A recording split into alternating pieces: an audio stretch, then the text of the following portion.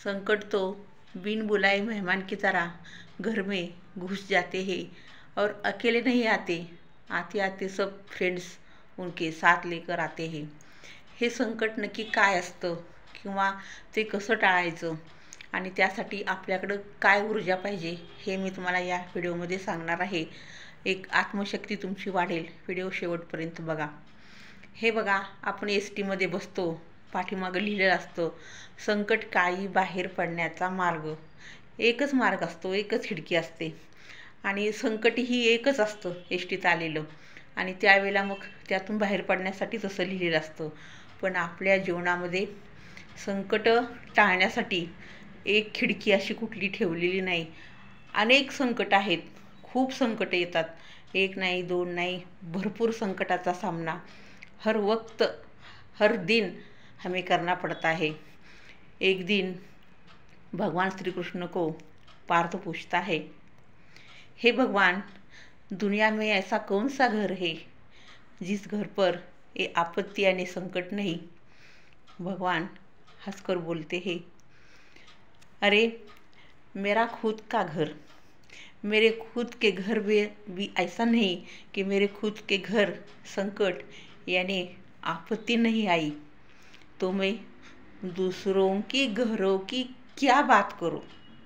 पार्थ समझ गया, यानी खुद भगवान ही संकट से नहीं बचते तो हम तो अणु रेणु से भी इतने मामूली इंसान हैं, हमें तो संकट का सामना करना पड़ता है।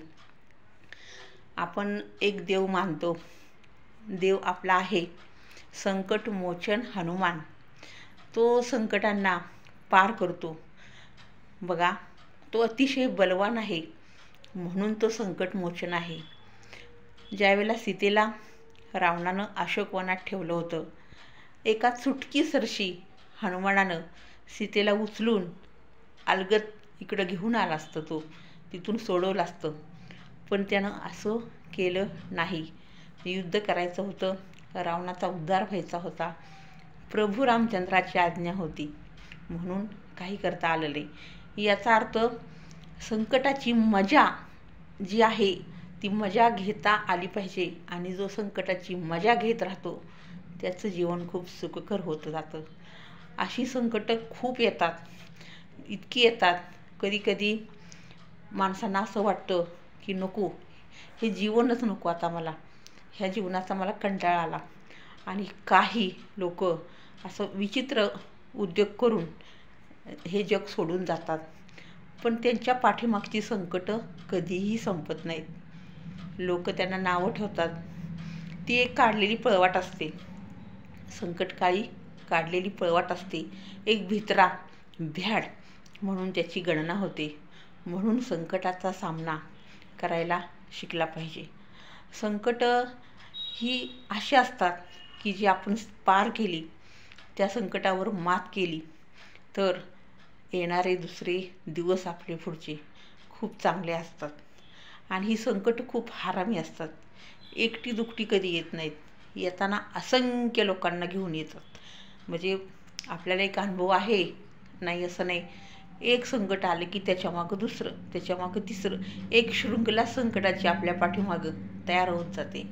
आणि मग कुठल्या संकटाला तोंड देऊ, कुठल्या संकटाकडं बघू, अशी आपली अवस्था सतत होते। मग आपण देवाचा धावा करतो किंवा काहीतरी मार्ग काढण्याचा प्रयत्न करत असतो।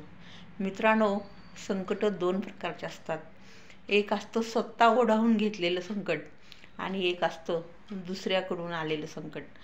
एक पूर आलेला असतो नदीला, पुलावरनं पाणी वाहत असतं, एक वीर येतो, अरे जाऊ नको बाबा, भरपूर पाणी आहे, तुला जाता येणार नाही।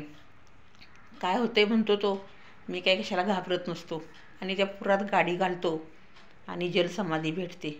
हे स्वतःहून ओढावून घेतलेलं संकट। आकाशामध्ये ढग नाहीत, वातावरण पण खूप शांत आहे, काही नाही, आता मी सहज इथून निघून जाऊ शकतो, पण अचानक वीज आपल्याच अंगावर पडते आणि तिथं त्या माणसाचा मृत्यू होतो। हे अचानक आलेलं संकट। म्हणजे जगामध्ये दोन प्रकारची संकट असतात, एक आपण स्वतः ओढावून घेत असतो आणि दुसरी आपल्या नकळत आपल्यावरती संकट लादत असतात. पण लादणारी संकट जी लोक असतात त्यांच्यापासून 2 हात लांब राहायला शिका आणि स्वतःवर आलेली संकट ती व्यवस्थितपणे हाताळा. कारण मार्ग सुखकर करायचा असेल तर रोज जो नवनवीन संकटांना तोंड देत राहतो तोच खरा माणूस आणि त्यालाच खरं जीवनाची मजा कळत असते. संकटाला कधी घाबरायचं नसतं. उलट संकटावर मात करणारा माणूसच खरा माणूस ठरू शकतो. आजचा व्हिडिओ मित्रांनो कसा वाटला?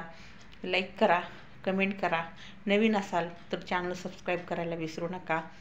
तुम्हाला तुमच्यावर कुठलंही संकट येऊ देऊ नको. देवा हनुमान संकटमोचन तुमच्या पाठीमागं राहो अशी हनुमानाजवळ प्रार्थना करते आणि व्हिडिओ संपवते.